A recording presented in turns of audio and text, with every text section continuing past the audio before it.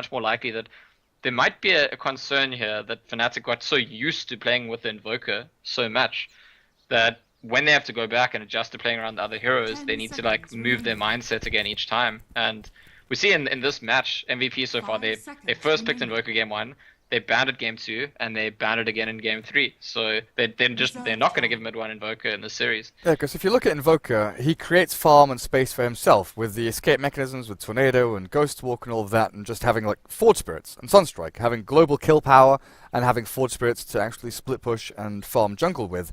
He literally creates space for himself in the mid game. Whereas OD, you need to actively create space for him if he has a bad time, or if you want him to get a boost of gold, you need to go out and harass your opponents and draw them across the map so OD can have a good time, or you have to fight with the OD. Fnatic tried to with the Bloodlust, with the Vlads, they wanted to go and fight with the OD, but as soon as a couple of those don't work out, it was a little bit rough around the edges. This time around, Rubik Enchantress, I think this is going to be a little bit of a roaming duo, at least kind of after 7-8 minutes, look towards the side lanes to try and gank them up, but MVP go back for the Wind Ranger, and it looks like QO was pretty comfortable over on that one.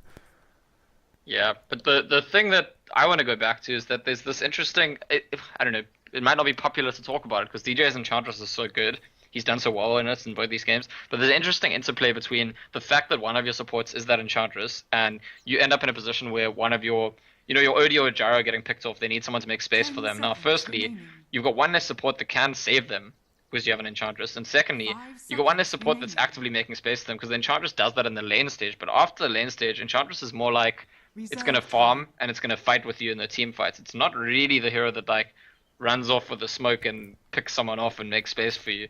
Like, it's just, in terms of the tools it has, in terms of like being able to have disables or lockdowns or spells which disrupt, save, disjoint, move things around, it's not that kind of hero. So I think we do have to look at both sides of the coin, and that's why my analysis of last game was very much that Fnatic missed their timing window, because the Enchantress flourished early on, it gave them that window, and then they just didn't do enough with that window, and once you miss it, once a few of those pickoffs happen and you haven't done enough with your group up, suddenly the game is very MVP favored. And I think with the drafts that we have here, assuming MVP go for a big sort of carry for their last pick, it'll be a very, very similar situation to last game where Fnatic are the ones who need to do something with their window, with their Enchantress in this sort of early mid game, and otherwise it could swing back to MVP again.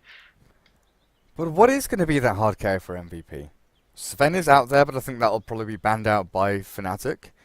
And then you're not left with that many options that MP has been shown to have comfortable games with. The Juggernaut's taken. I guess Gyrocopter is there and available for you, but that's more, for me, a mid-game carry and maybe a limits MVP and how they can scale. Well, MVP are very fond of Ember Spirit, right? And Ooh, that's the combination Secret always ran with the Wind Rangers, so I think that that's a decent pickup here. Like, Rubik's quite good at disabling Ember Spirit, but again, that's all you have. That's the only thing you really have to disable it until OD's got a Hex. Look at that, a ban out of Ohio's Phoenix. The last couple of offlaners that are left, your Tidehunter, your Nyx Assassin might be what they look for. Drow Ranger, banned out by Fnatic. So we're looking for an Ember Spirit for your shout.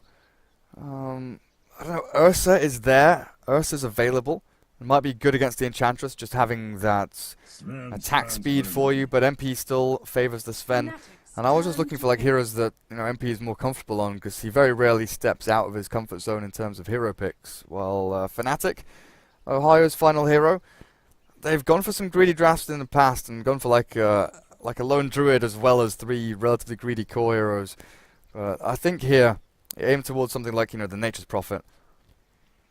I think Sven puts them on a shorter clock than Ember Spirit would have. I think that's probably why MVP go for it. Like, if we're talking about Fnatic having timings, they have an early timing window, the Sven's just going to get that immense amount of farm much quicker than any other hero, and so it puts pressure on Fnatic from the beginning of the game, and they're going to pick the Nyx Assassin, which does sort of feed into that kind of thinking. I think that 3-4-3 is thinking where we're going to dominate is early, and we're just going to like keep that pressure on them non-stop, and Sven's never going to get to that point where all of a sudden he's got twice the net worth of anyone else. Well, the drafts are complete. This is game 3 in a best of 5. It's 1 apiece. So basically in a best of 3 now, right? Yep. And I actually remember very vividly the game where Fnatic knocked out OG from the Shanghai Major, where Ohio did play Nyx in the offlane in that game, and DJ was playing, I think, Chen, not Enchantress, but he just got he got the Sata sent it there, and the Nyx and the Sata just like 1 versus 3 heroes or something. Well, so Ohio had like 12 HP regen a second or something though with that Sata. yeah, no, absolutely. So it's more just like, let's be on the lookout for if he gets a Sata, but I suppose we should always be on the lookout for that. If a Channel Enchantress gets that as their first creep, it's always trouble for the enemy team. It's just like, that's just something you accept if you play against those heroes. They might get the best creep at the beginning, and then one of your lanes is going to really struggle. It is such a strong one though. HP regen and a nuke. You can cause so many problems. Good observer ward there out from MVP, and this is the one they've been using a lot against Enchantresses and stuff like that, but Dubu is spotted by DJ. I don't know if they've got any sentries. They don't, so this ward not going to be countered immediately. Well, the way these lanes are setting up, net safe lane Juggernaut, 3-for-3 on the Rubik, just going to be standing there up against Forev's Batrider, while Febby and Dubu on the Vengeance Witch Doctor supporting MP in that tri-lane again. But these are the two supports that can roam into mid and tri-lane with Kuro's Wind Ranger to maybe try and shut down mid one's OD a little bit. While Ohio's Nyx, he does like to roam around early on. You know, he looks for the top rune spot, tries to control things up there, loops into the jungle, try and catch off these supports. As soon as he hits level 6, you've got to look for that TP mid and the Vendetta straight out. Ohio had a really good Nyx game recently as well, a couple of days ago against TNC. He's very, very, very good at this hero. So I think it's, if he gets his early levels, if he has a good timing on like this basic items and levels, this is a hero that he's fully capable of controlling the game on. It's much more versatile than the Beastmaster. So that's one thing going for them, whereas the Beastmaster is kind of like, you're going to raw someone and go ham on them, or you're going to group with your team and push. The Nyx can sneakily make plays on its own, can be around the map, can stun more than once in a fight. So it's going to provide a different kind of dynamic for them, at least once the fighting stage begins. DJ, just waiting patiently for this creep camp to spawn. The Dark Troll isn't the worst of creeps to set things up and start off a battle, as mid one already aggressively pushing on top of this enemy ramp. Kuro's forced to wind run himself across, but mid one's going to get the better of this trade, it looks like, until there we go. Kuro throws out a couple more arrows, launches the projectiles into the OD's face. And up at top lane, Ohio with a Dark Troll as well, going in for a couple of punches onto Dubu. It's just annoying here to try and handle this. And look at that. Ensnare, stun, Skeletons whacking away at the Witch Doctor. And he's already dropped very low in terms of HP and has 1 Tango remaining. Oh, another Astral mid keeps Kuro outside of that creep wave and stops him from last hitting too effectively. But how's bot lane doing? Forev's Batrider just healing himself up, but he's still level 1. 3-4-3 and Net have done a great job at zoning him out. They've already used Telekinesis and 1 spin though. Didn't get the kill. Yeah. Both heroes having boots, so that's why the Jugger starts with boots. They want to potentially be able to kill the bat, but Rubik doesn't provide that much damage, unfortunately, so even with the telekinesis, it's just right clicks, and you know, if you had like a Vengeful Spirits or Crystal Maiden, something like that, then the spin probably kills when you have that disable. I think they're aiming for mid for the Astral into Centaur Stomp. Might be able to get it. Kuro, oh man. DJ, he's playing less of the active, I'm going to run into a lane with my hero in a creep role, and playing more of the, I'm going to send creeps little by little to these lanes and maybe try and stack up a bit for myself in the jungle to farm. Realizing that top lane isn't really the easiest to gank, bottom lane, it's a Batrider, you could try it there. But Wind Ranger's pretty good at dodging things out. Ohio has succeeded massively in this top lane, by the way. This is like, if you look at their ping out, they sent out more sentries now to unblock their spawn. But both of the sentries that MVP placed were before the spawn even happened. They didn't even wait to see if the camp was blocked. And to me that says that they thought that they could try and keep the Nyx level 1. They thought they could just zone it out completely at the beginning. And they did not succeed in doing that at all. With the help of that Dark Troll creep, the Nyx got into the lane, affected the creep equilibrium, and got a lot of levels. And 400 gold spent by the supports as well. 4 sentries. Four sentries to try and deward that 1 observer. Very well placed on the very corner of that pull camp there. Kuro finally gets his bottle delivered to him though. DJ, he took out the stack, and what level is he now? Still level 2. It wasn't a massive stack, just a little one with a Wild Wing Ripper, able to get himself a nice boost of gold and experience, but 16 for 3. And 16 for 7. It's pretty even as this game kicks off between Juggernaut and Sven, as well as the Wind Ranger and the OD. It's just once more the Bat Rider kind of outlast hitting and being able to jungle a little bit more. And this Nyx Assassin, but we're still yet to see DJ's first rotation. He's holding onto a smoke and he now has a Satyr as well. Maybe looking for QO. An Astral into a couple of hits. Cancel out the Wind Run, and a couple of blasts out from the Satyr definitely could be the undoing of that Wind Ranger. At the same time, the MVP smoke rotation is coming towards the exact same lane with the Witch Doctor and the Vengeful Spirits, and this could be trouble for mid one, who probably feels very confident right now with the Satyr nearby. He might actually push onto the enemy ramp. QO doesn't have very much health, sitting just below 300, moved towards the bot rune spot, but it's going to be the go in onto mid. The Shackle Shot starts things off, and now with the Magic Missile mid one, he's going to try and Astral himself. No, he turns back onto QO, but he's dead regardless. Good rotation in. And I think how does Astral work now? Do you get experience shared from kills? Because I know at one point you didn't. I'm not sure about that. You do now. I think you do. Yeah. QO got golden experience from that. I just remember at one point Astral removed you from the game, so you didn't get any golden experience shared from kills or creeps or anything like that, but it looks like that's been changed. I knew it was changed a while back ago, but I couldn't remember which way it was changed. Right. But I think, for me, the timing on that gank is so good. I don't know if it's lucky or if it's deliberate, but as the Satyr comes to the lane, that's when they smoke. Because I just think it's almost forgivable if you're mid one, that you feel a bit confident for that space of time, because this creep really is meant to own you the lane. And he goes a bit forward, he does get caught out for it, and they're setting up for another smoke in the exact same position again. So not necessarily tri-laning against him mid this game, but they're putting similar amounts of pressure on him with these ganks. I mean, if I was in a pub game as this OD, I would be screaming at my team saying I'm being tri-laned. I would still call this being tri-lane, man. You got 3 heroes running into your bloody mid lane over and over again. And QO with these power shots just trying to scrape past onto mid one, but he's playing very defensively now, passive behind this range creep, Febby and Dubu. Now he's moved forward with the Shackle Shot, not quite latching there, and mid one going to barely escape out of this one. The TP's coming in, 3-4-3 starts things off with the Telekinesis now to the double Hellbear smash, and QO, the Wind Run just in time, but Ohio's got another mana burn, and it's by Carapace. The cask bounces back between them, and QO is trapped in between 4 heroes, and will lose his life, and this time it's the role reversal. Yeah, it's maybe ultimately a little bit too predictable to do it twice in a row, and mid one would have said, guys, this is what they did last game. They're gonna keep harassing me. Can we just put an end to this? And I checked, the Nyx had picked up a TP scroll, and the rotation starts coming in, so well read from Fnatic. Sven, though, 41 last hits. His Helm of the Dominator is nearly done. They've already stacked up the Ancients once for him. I guess Forev made a little movement over there and did that for him. We're going to have a lot of gold built up, but there are no big jungle stacks. So MP is going to have to rely on Ancients as well as this large camp off to the side to keep his farm going. While Forev still needs this Blink Dagger. He's rushing into it again. We've seen this from him. He doesn't like the bottle or the Tranquil Boots or the slow build up. He just wants that Blink Dagger as quickly as he possibly can. Yeah, the naked blink, just the raw power. I don't know, I mean there's a lot of different preferences about this. You often see the Tranquils, you often see the bottle. Forev last game definitely did the exact same thing, and I don't know, is it, the question is about efficiency, right? Do the smaller items help you to like farm even quicker? Because if they don't, I can sort of see why you go straight for the blink. Can QO catch a shackle here?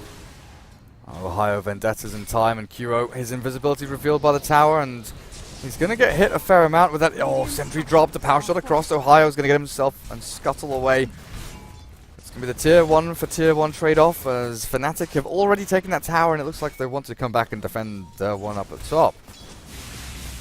Fadebolt and another TP in. MP is very deep in behind enemy lines, and Net comes in to spin. 3-4-3 Telekinesis is good, but is it good enough? MP still surviving through, but not quite enough, and the Omni Slash is still available from Net anyway. It was unlikely that Sven escapes from that one, and in the meantime, Mr. DJ with mid one actually pressuring onto tier 1. It's a slip up from MP. Like he ran forward towards the tower. His whole team was running back even before the TP. So I think he'll have said, sorry guys, my bad. Mid one moves east across towards the bottom rune spot. Shackle shot slow him down a little bit, but mid one, of course, does have this Santi's Eclipse, and, well, that was Whale into Febby, doesn't even need it. The stun will not land, but Enchantress will get a kill on the Vengeful Spirit regardless. Febby out of position, thinking he could chain up with QO, but the movement here from Fnatic is just so well synchronized. They're grouping up as 4, grouping up and making the most of this, where MVP want to try and get these little... Like, it feels like MVP are trying to do the bare minimum to get these kills. You know, smoke up on the 2 supports to look in for a kill, try and bring in 2 heroes to get the 2-for-1 trade. But Fnatic realize that's what MVP do, so they just bring in all 4, all 5. Wait, was that a snipe? Yep, that was a snipe. Power shot snipe on Rubik. But yeah, it almost feels like it's the point that you made during the draft, that Invoker can create its own space and OD needs the help of teammates, and the first death of the game, maybe mid-1 was like, guys, we talked about this needs to be different this time, and since then Fnatic have actually played into his lane more than once, and now he's going to kill his tower, and much better start to the game for him than last game. He blocked up these Ancients as well, so there's only one little stack here for MVP. A Blink Dagger for Forev though, this could lead to something. He doesn't buy himself a smoke, so maybe not looking for the immediate jump onto anybody. You've always got to look though at this Enchantress, currently sitting at 2.7k net worth, and DJ just farms himself through the jungle. This is going to transition nicely into another core hero, while the supports and MVP are incredibly poor. They've tried to give so much to the Sven, Windranger, and the Batrider by giving them jungle, by not stacking, by not pulling, just roaming into mid and roaming into the top safe lane, that Venge and Witch Doctor have nothing. They need to go and kill towers. They need to go and kill heroes, honestly. They might be looking towards mid, but QO is the one that's caught. The telekinesis and the impetus damage is more than enough for Fnatic to take him down, and this move from MVP, they wanted to play into that, but Forev's caught with the Spike Carapace. Now the Astral down mid one tries to throw a couple of Arcane Orbs down onto him, but MP joins the fight. The Stormhammer, it flies out onto 3-4-3, and the Ghost Strength is popped out for MP as well. He's only going to get the Rubik though. Not a big kill. As the Courier dies, DJ just swipes it down in one big spear. Net spins in, Omni Slash at the ready, MP, the Sven still wails into him with the Ghost Strength up, stuns back onto Ohio, but the damage output, MP, shredded. And Fnatic run into the Dire Jungle, they'll look for another one. Forev is caught, the Batrider with no way to run, no escape available, a final click uphill, and mid one finds the Batrider, and Ohio just catches more. Febby, this is just MVP being ripped apart at the seams.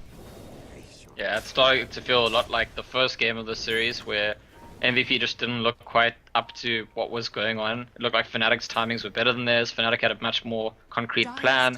MVP had these kind of like, we'll just smoke a few heroes somewhere and see what happens kind of, and that's what it's starting to feel like now this game. And it's a problem for them. It's a really big problem. There's already a big lead for Fnatic. Sven's a hero that needs to be ahead. It has to be ahead. It's not okay for Sven to be at the same net worth as the enemy carry. It's definitely not okay for Sven to be behind the enemy carry. Fnatic are probably going to try and close out a lot of towers while they recognize that they have such a big lead already this early in the game.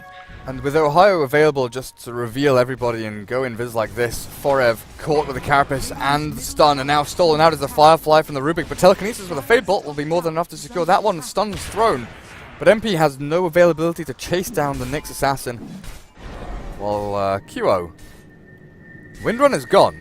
And mid-1 wants to fight into this. There's a stun out from the Vengeful Spirit, and MP, God's Strength is here. The Stormhammer flies, but 3-4-3. Firefly forward. They're looking for the damage on the mid-1. He heals himself up with the Fairy Fire, but it's not enough. 3-4-3's Firefly still burning through MVP there, though, as Net spins out Dubu, and now looks for more. DJ, impetus shot into another one. And another one. And Febby TPing away, and there's no stun or telekinesis. The damage up, but not quite enough. 3-4-3, barely missing out on that kill. But he's stuck up on the high ground now. Lasso. Forev, he gets something for his troubles, but is he going to lose his life as well? Omni Slash bounces back onto him, and 3-4-3 still survives. Burns through the fire and the flames as he's stuck up on the high ground, but MVP, 11-5 lead for Fnatic now, and this fight recap's going to show, well, it's not a massive takeaway there for Fnatic, as they did lose their Outworld Devourer, but it's still hero after hero after hero. MVP just losing multiple of their guys, trying to battle through and gain anything. It's a sign of how far ahead Fnatic are, because I think mid-1's initiation there was a mistake. Like, he astraled the Windranger, and Ohio's Nyx had no mana. So if he had mana, if he had the stun, they could easily, between the Nyx and the Rubik and the OD, have just burst down the OD straight away. But you could see Ohio actually like tried to drop his arcane boots, use his 2 magic stick charges, like get as much mana as he could, and I'm pretty sure he said to mid one, I don't have mana. So it was a very clunky initiation. That's why mid one ends up going down. But even so, Fnatic get the better of the trade, and that again, to me, that only speaks to the fact that they're just generally this far ahead this early on. That MVP don't have the tools to fight them properly. Sven is in no position to be involved in fights in the game yet. Poor little range creep got microed into the ancient stack just a little bit early. Sven, he's picked up. Oh, he's going to go into the Sanj, and I often feel this is a big mistake Sven players make. That we've seen it in the past where the Sanj and Yasha slows down your blink and slows down your BKB. Obviously, MP, the Sanj and Yasha is going to give him a lot more fighting power and maybe gets him the impetus he needs. It's slower, it's more incremental, it's going to tank him up and give him all the stats. It could definitely work out for him here against all this damage output from Fnatic. But we've definitely seen this build slip up and cause a little bit of an issue in the past. Yeah, I mean, he'd rather have a blink and a BKB, right? But the point is the S&Y is like one cheap item that does a bit of both. You know, it gives you some mobility and gives you some tank ability. But if you get into a situation where what you actually need is spell immunity, it's not you're gonna be like, I wish I went for BKB. And if you get into a situation where what you actually need is true mobility, then you're gonna wish you had a blink. It's just so easy for Fnatic. They see QO, they kill QO. And Ohio now sitting on Arcanes and 2,100 gold. He's getting closer to that blink dagger at this point. Fnatic, they just ball up and take down a tier 2. Maybe even look for Roshan in a little bit. Wildwing throws out the tornado. Sven. And look at the ward that Ohio placed on the right hand side, like one of those Tinker wards. Like that could easily catch Bat trying to initiate on them if he wanted to defend the tower. What's Febby looking for? Don't think they can defend this tier 2 forever. As well as MP just shoving mid and top lane respectively. And Fnatic, this lead just keeps on increasing. And OD, he's 1, 2, and 3. He's going for an Orchid. That's interesting. It's a very glass cannon build. This is the build that Arteezy was going when he was playing a lot of OD for EG around the time of Starladder. And the idea, I think, is that it's the best offensive build potentially. I think if you can trust your team to do the setup for your top lane. Yeah, they've caught now. They should be able to kill him. Death Ward in the end will be enough damage, but Enchantress down a bottom lane pairs up with Ohio, and just the 2 of them kill off QO. So it's a 3-man commitment and 2 big ultis there from MVP to take down Net. What did it cost Fnatic to kill QO? Just the Vendetta and a bit of mana from DJ. That's it. Yeah, and MVP not even brave enough to finish the tower, which is on 200 HP after they make that kill. They realize it's even that is risky at this point for them. Foro still needs that 4 staff. The Sanj and Yasha's done, and it's not a bad timing here for MP. And of course it will allow him to farm nicely into that blink and BKB, but you're dealing with this Orchid from mid 1 very nearly completed. The glass cannon build gives him the silence that he needs against the Wind Ranger, against the Sven. Maybe even against that Bat Rider blink initiation. It's a good counter out and stop the lasso just before he drags someone back out. Does mean he doesn't have really any HP to survive through any of this, but he's got double heals. He's got the Juggernaut as well as the Enchantress to throw healing ward and the Sprites to heal himself up. And that's this little Astral Imprisonment. And with Ohio having Blink Dagger, he can always blink Carapace into the Firefly to stop the Bat Rider as well. So they've got multiple ways of keeping mid one's OD alive, even if they don't have any like direct hero that's like, yeah, that's a saving hero. Yeah, and for me the really big problem for MVP is that Sven is not Spectre. The hero doesn't operate the same way as it at all. Like Sven's supposed to get ahead of you and then beat you down. It's not meant to come back. It's not meant to farm its way back in. It needs to get that gap on you. It needs to have one more item than you. Whereas Spectre from last game is, it's, you know, once you stop the enemy's timing, once you start pulling it back, suddenly that's a hero that just punishes and stays ahead for the rest of the game. Oh, do they see Forever? Yes, they do. Jump in, kill. Easy stuff, and a Firefly stolen by 343, so we can start playing Quidditch again. I think we're at the point where even if there's one really nice fight for MVP, Fnatic would still probably be ahead. I mean, obviously they still want to get that fight. They just probably need 2 of them rather than 1.